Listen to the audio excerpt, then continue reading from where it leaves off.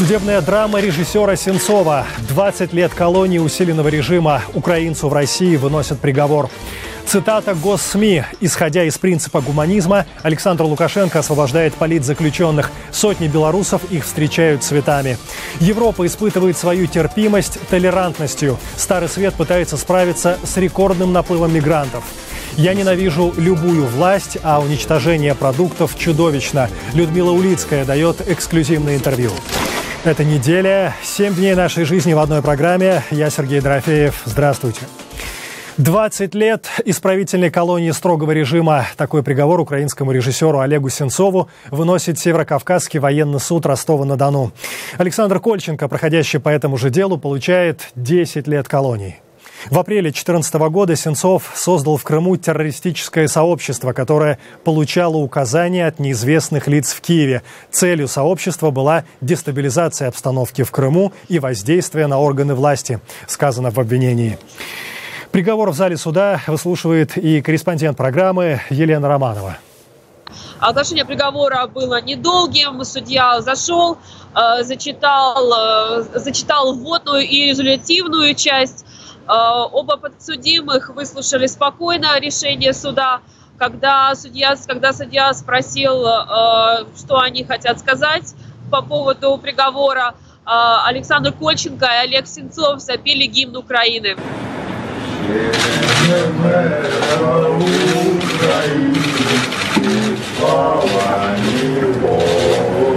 Приговор будет обжалован в положенные сроки.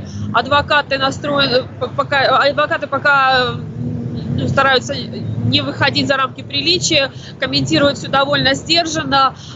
Здесь на процессе присутствовал генеральный консул Украины в России, господин Москаленко. Он тоже отказался от комментариев, сказал просто слов нет. Этот приговор вызвал у многих здесь неоднозначную реакцию. Из зала суда звучали слова одобрения в адрес Александра и Олега. Были слышны возгласы «Слава Украине!», «Героям слава!».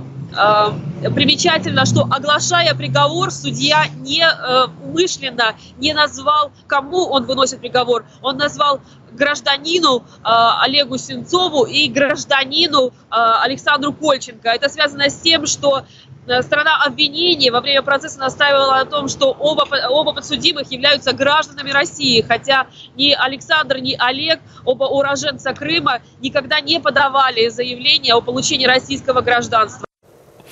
Отмечу, для самого Сенцова приговор неожиданностью не становится. Об этом рассказывает его адвокат. Ожидаемый приговор. С нашей стороны ожидаемый. И мы с Олегом об этом приговоре говорили еще до того, как услышали сегодняшний результат.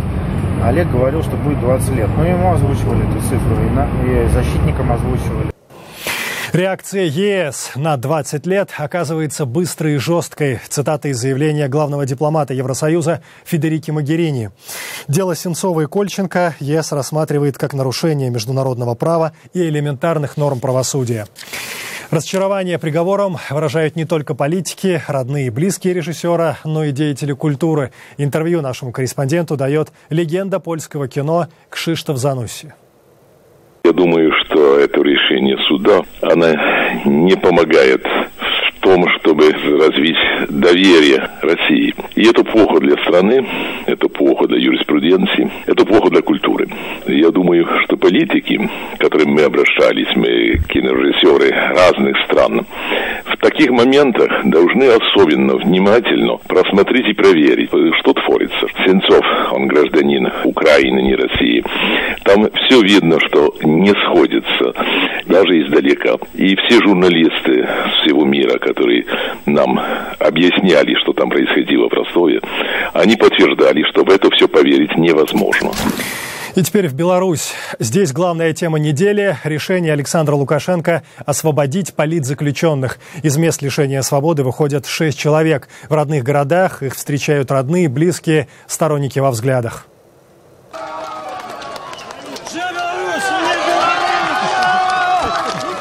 В Минске приветствовать бывшего кандидата в президенты страны Николая Статкевича на автовокзал приезжают сотни людей и, конечно, жена политика Марина Адамович. Конечно же, я не писал никаких прошений об освобождении. Нам не давали быть вместе. Мы могли видеть друг друга 1 или 2 раза в год на пару часов. О тех, кто начал новую жизнь после долгих лет и месяцев заключения, Дарья Соловьева. Николай Статкевич, 58 лет, окончил Минское инженерно-ракетное училище ПВО, кандидат технических наук, полковник запаса. Провел в заключении 1707 дней. Бывший кандидат в президенты Беларуси Статкевич задержан 19 декабря 2010 года во время акции протеста на площади Независимости в Минске. Задержанного обвиняют в организации массовых беспорядков. В суде Статкевич своей вины не признает. Заявляет, что не доверяет всей белорусской судебной системе, поскольку она не самостоятельна в своих решениях. 26 мая 2011 года Статкевича осуждают на 6 лет лишения свободы в условиях усиленного режима. 12 января 2012 года решением суда условия отбывания наказания заменяют на более жесткие. Николай Статкевич дважды узник совести по данным организации «Международная амнистия». Прошение о помиловании на имя Александра Лукашенко, несмотря на неоднократные предложения, Статкевич так и не написал. Николай Дидок, 26 лет, окончил юридический колледж БГУ, студент Европейского гуманитарного университета в Вильнюсе. Провел за решеткой 1449 дней. Дидок задержан в сентябре 2010 года в качестве подозреваемого в нападении на посольство России. Через 3 недели, проведенных под арестом, ему предъявляют обвинения в участии в несанкционированной акции около Генштаба Беларуси. Во время суда Дидок заявляет о давлении со стороны следствия, угрозах увеличить тюремный срок, ужесточить условия содержания. Суд приговаривает Дидка к 4,5 годам в колонии строгого режима по обвинению в злостном хулиганстве. В декабре 2012 года условия отбывания наказания изменяются на более жесткие. В феврале 2015 к сроку добавляют еще 1 год и 3 дня. Евгений Васькович, 25 лет, студент Могилевского государственного университета имени Кулешова. Провел в тюрьме 1680 дней. Задержан в октябре 2010 года по подозрению в попытке поджога здания КГБ в Бобруйске с помощью бутылок с зажигательной смесью. Ущерб составил около $80. Получает 7 лет лишения свободы в колонии усиленного режима. Артем Прокопенко, 24 года, студент Белорусского государственного экономического университета в Бобруйске. Провел в заключении 1680 дней. Задержан по тому же делу, что Евгений Васькович. Осужден также на 7 лет в колонии усиленного режима. Игорь Оленевич, 31 год. Окончил университет информатики и радиоэлектроники по специальности инженер-электронщик. Провел за решеткой 1551 день. Осужден по делу анархистов в 2011 году. Приговорен к 8 годам лишения свободы в колонии усиленного режима. Обвинен в организации антимилитаристского шествия возле Генерального штаба, поджоге дверей филиала Беларусьбанка, нападении на российское посольство и тюремный изолятор. Юрий Рубцов, 54 года. Провел в заключении 322 дня. В октябре 2014 года Юрий Рубцов осужден за оскорбление судьи, который вел административный процесс по делу активиста после акции «Чернобыльский шлях». Рубцова приговаривают к 1,5 годам ограничения свободы с направлением в учреждение открытого типа. Правозащитники связывают преследование Рубцова с тем, что он неоднократно приходил на проводимые в Минске уличные акции оппозиции в майке с надписью «Лукашенко, уходи». Когда у него забрали майку, он сделал себе татуировку с аналогичной надписью на груди. Организация «Международная амнистия» признала Юрия Рубцова узником совести. Решение об освобождении принимается, как сообщает пресс-служба Александра Лукашенко, исходя из принципа гуманизма. Почему о таком принципе вспоминают именно сейчас и что Николая Статкевича ждет дальше, учитывая грядущие в октябре президентские выборы? Своими мыслями в интервью нашей программе делится обозреватель белорусской службы «Радио Свобода» Юрий Дракохруст. Конечно, принципы гуманизма тут совершенно ни при чем. Это, в общем-то, холодный политический расчет. Теперь, я думаю, что, во-первых, дадут денег, скорее всего, через МВФ, чего в этом смысле не очень хотят как раз те самые русские братья давать. Скорее всего, заморозят санкции. Вряд ли их снимут вообще, визовые санкции, но скорее заморозят, как было в 2008 году. И вообще начнутся, так сказать, всякие разнообразные контакты. Что касается перспектив Николая Статкевича, в известном смысле действительно сейчас оппозиция находится, по крайней мере, ее часть находится в некоторой растерянности. Те, кто говорил, что нельзя участвовать в выборах, позорно, аморально участвовать в выборах в стране, где есть политзаключенные. Политзаключенных нет. Что теперь аморально и что теперь поезд выборов уже ушел, он прошел мимо Статкевича. Но у него есть несколько вариантов. Один вариант – это все-таки, так сказать, заключить политический альянс с той единственной кандидаткой, которая, так сказать, подала должное количество подписей. С Татьяной Короткевич. Второй вариант – это он может присоединиться к тем людям, которые, выступают за бойкот. Жизнь показывает, что бойкоты в постсоветских странах, особенно в президентских выборах, это абсолютно пустая затея. И плюс к тому, вы понимаете, человек включает телевизор и видит красивую картинку из Донбасса. И поэтому это, в общем, сильно демотивирует устраивать что-то дома, даже среди тех, кто терпеть не может Александра Григорьевича. Целая неделя за полчаса. Продолжаем. Украина. Новости с фронта. Пожалуй, самым серьезным за эти 7 дней становится артобстрел центра Горловки, города, контролируемого непризнанной ДНР. Разбиты стекла, повреждены входные двери и фасад здания местной епархии. В 2 школах обрушены перекрытия, в стенах дыры от снарядов. По меньшей мере 1 человек погибает, минимум 5 горожан получают ранения. Как мои внуки пойдут в школу? Интересно, вот они примеряли обувь, форму, готовились.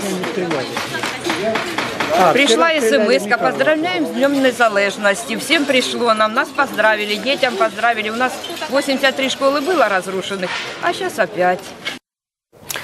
Далее. Фасад. Самая горячая точка в секторе А. Это Луганская область. Ночью бойцов украинской армии там накрывает снарядами. Днем военные восстанавливают разрушенные укрытия. Итак, солдаты и офицеры живут уже почти год. Ответный огонь они, если и ведут, то с задержкой по времени, запрашивая разрешение. Ольга Калиниченко. Фасад – это блокпост перед единственным уцелевшим мостом через Северский Донец. Он соединяет 2 стороны, одна под контролем сепаратистов, вторая – украинской армии. Стратегическое значение этой точки очень велико, поэтому боевики бросают немалые силы, чтобы взять ее под полный контроль. Тиждень назад у нас был снайпер. Видно, сработали як по корпусу ПТС, по Гибиону. Вот это все уже меняют, это получается 2-й раз. Раньше тут стояли ящики з-під граду, так як останній десь тиждень назад, коли якраз підбили нам снайпер резервною пулею, був ранений у нас. В ответ бойцы зачастую молчат. Нет команды стрелять. По процедуре, перед тем, как вести ответный огонь, они должны доложить обстановку командиру, тот руководству сектора, и только после одобрения поступает команда отвечать. А на это уходит, как говорят бойцы, около 10 минут.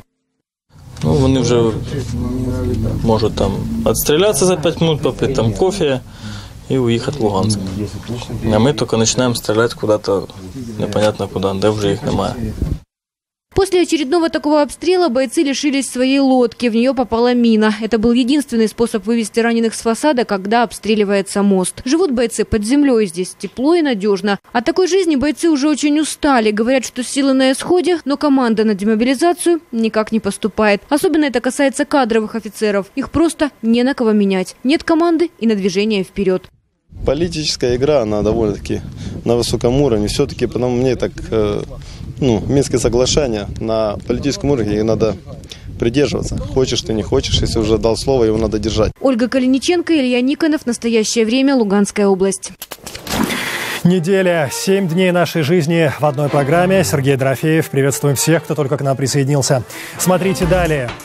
Им бы понедельники взять и отменить. 24 августа становится черным днем на мировых рынках. Индексы летят вниз, курсы российского и белорусского рублей бьют антирекорды. «Я ненавижу любую власть, а уничтожение продуктов чудовищно». Писательница Людмила Улицкая дает эксклюзивное интервью нашей программе, где также рассказывает и о своей новой книге. Об этом скоро, а прямо сейчас о том, как Европа испытывает свою терпимость толерантностью. Ни греческий кризис, ни падение евро, ни даже безработица – ничто не вызывает у Европы такого беспокойства, как потоки мигрантов. К берегам Греции и Италии причаливают перегруженные беженцами катера. До заветной суши добираются далеко не все. Венгрия. На границе срочно строят стену и натягивают колючую проволоку. В Старый Свет за новой жизнью бегут со всех сторон. Сирийцы, эритрейцы, египтяне, ливийцы с детьми на руках, в чем есть, без еды. Из багажа одна надежда на новую жизнь. Европа все понимает, сожалеет, но терпение кажется на пределе. Неделя становится рекордной по числу незваных гостей. Что дальше? Европолитики уже даже не пытаются найти гибкие формулировки. Дарья Соловьева. Пепелище в немецком городе Унтервайсах должно было стать приютом для беженцев.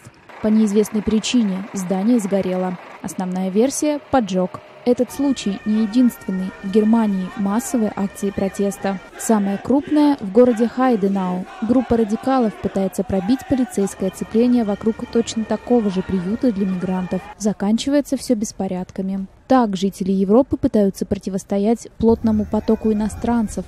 По данным пограничного агентства ЕС Frontex, с начала года на территорию Евросоюза прибыли 340 тысяч мигрантов. Это рекорд с конца Второй мировой. Наиболее острый вопрос стоит в Венгрии. Расположение страны на восточной границе Евросоюза делает ее воротами в благополучную Европу.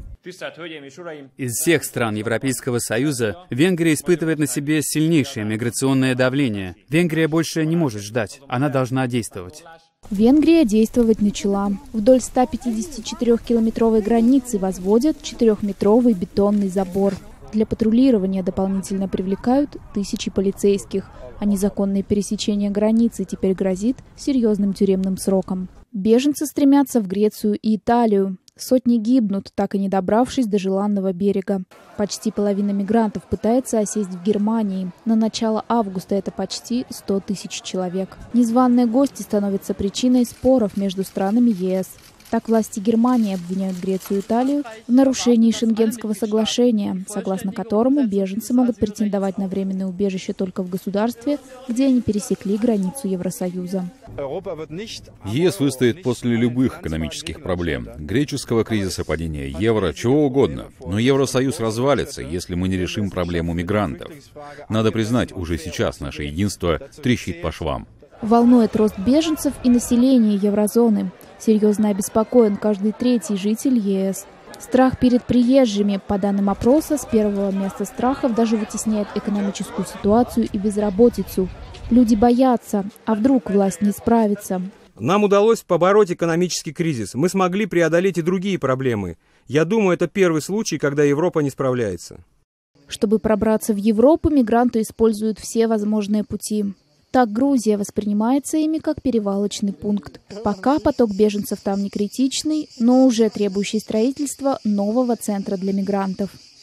Для граждан Сирии и Ирака статистика предоставления временного убежища довольно высокая, до 95%. У них гуманитарный статус сроком на 1 год, и они пользуются, как и граждане Грузии, бесплатным медицинским обслуживанием. Так же, как и граждане Грузии, они имеют право на бесплатное начальное и среднее образование. Мигранты бегут даже туда, где, как и на их родине, неспокойно. Беженцев из Сирии и Ирака регулярно задерживают на западных границах Украины. За 6 месяцев текущего года в миграционную службу обратилось 630 иностранцев, которые подали заявление о выдаче им статуса беженца или лица, которому нужна дополнительная охрана. Тем временем некоторые из уже пробравшихся в Европу мигрантов устраивают погромы и массовые акции протеста, требуют сделать их полноправными гражданами ЕС, обеспечить документами и работой. Теперь мультикультурная Европа, так долго культивировавшая толерантность, вынуждена искать новые принципы терпимости. Дарья Соловьева, «Неделя». Где-где, а на мировых рынках последняя неделя лета становится жаркой. Из-за обвала биржевых индексов рынки акций теряют 5 триллионов долларов. Курсы российского и белорусского рублей обновляют минимальные значения года. Понедельник, 24 августа, называют черным. Почему рынок трясет? Причин несколько. Падение экономики Китая, рост запасов нефти в США, снятие санкций с Ирана, отсюда ожидание переизбытка нефти и, как результат, падение цен. За баррель марки Brent на неделе дают меньше 44 долларов. Маркетмейкеры взволнованы, еще бы. Главный китайский индекс Шанхай Композит падает на 8,5%. В США промышленный Dow Jones и высокотехнологичный NASDAQ теряют более чем 3%. Это полугодовой минимум. Измеряющий ожидания инвесторов чикагский индекс страха растет на 47%. Абсолютный рекорд за последние 12 лет. Цепочка проста. Китай после США второй в мире потребитель нефти. Проблемы в Поднебесной, нефть дешевеет. Экономика России сырьевая, вот рубль и срывается. За доллар дают больше 70, за евро почти 82. В Беларуси американская валюта стоит почти 18 тысяч, евро почти 20,5 тысяч рублей. К концу недели рубли немного отыгрывают. Аудиторию бывшего Союза биржевые сводки не очень, говоря телевизионным языком, заводят. Хотя если от нефти и индексов переходить к доллару и евро, здесь наш человек готов внимать. Правда, денег у него, чтобы переживать из-за скачущих курсов, часто просто нет. Надо решить для себя, кто я, чего хочу, нужна ли мне свобода. Готов ли я к ответственности? Могу ли я испытывать сострадание? Есть множество людей, которые совершенно созрели к тому, чтобы задавать себе эти вопросы, но никто не сказал им, что такие вопросы задавать себе нужно, а сами они не догадались. Рассказывает писатель и сценарист Людмила Улицкая. Почему я привожу эту цитату? На фоне событий недели она, мне кажется, очень актуальной, максимально точной. Вообще, к словам человека, чьи книги переведены на 25 языков мира, кто не пытается отмолчаться во времена социальной турбулентности, всегда прислушиваешься, ловишь интонации. С Людмилой Улицкой в ее московской квартире встречается корреспондент программы. В последнее время появилось много поводов, относительно которых хотелось бы услышать мнение писательницы. Людмила Евгеньевна показывает картины, говорит об отношении к власти как таковой.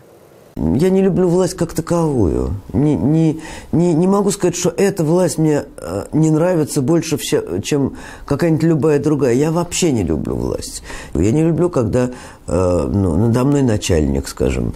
И, собственно, я свою жизнь так устроила. Моя профессия, как профессия моего мужа, это профессия фрилансер. Эти самые руки брудобреи, они, так сказать, далеко не пустые слова. Дух захватывает от отвращения, от недоумения и от изумления, как могут люди, которые руководят страной и так жестоко, чрезвычайно жестоко относиться к собственному населению. Власть с человеком не может разговаривать. Для того, чтобы они имели какую-то коммуникацию между собой, нужно общество. Вот нужны общественные силы, которые заставляют власть быть более человечной. Нельзя принимать закон Димы Яковлева, он чудовищный. Нельзя вот это импортозамещение в области медицины, это чудовищно. Когда начинают уничтожать продукты в нашей стране, где еще живы блокадники, это абсолютно безнравственно. Еще один фрагмент интервью. Людмила Улицкая рассказывает о своем новом романе «Лестница Якова». Это автобиографическая книга, основанная на документах, в том числе из личного архива деда писательницы, репрессированного в 30-х годах, Якова Улицкого. Я думаю, что в этой книжке, наверное, отрыв наименьший от какой-то реальности жизни, хотя там действие происходит с 1911 года по сегодняшний день. И даже немножко более продленное время, чем сегодняшний день, так случилось. Кроме того, это ощущение такого, знаете, накопленной жизни и некоторого желания от этого освободиться именно путем написания. Полную версию интервью с Людмилой Улицкой смотрите в интернете currenttime.tv. Это была целая неделя за полчаса. 7 дней нашей жизни в одной программе. Все выпуски в социальных сетях и на сайте ваших национальных телеканалов. Я Сергей Дорофеев. Спасибо, что смотрели и думали.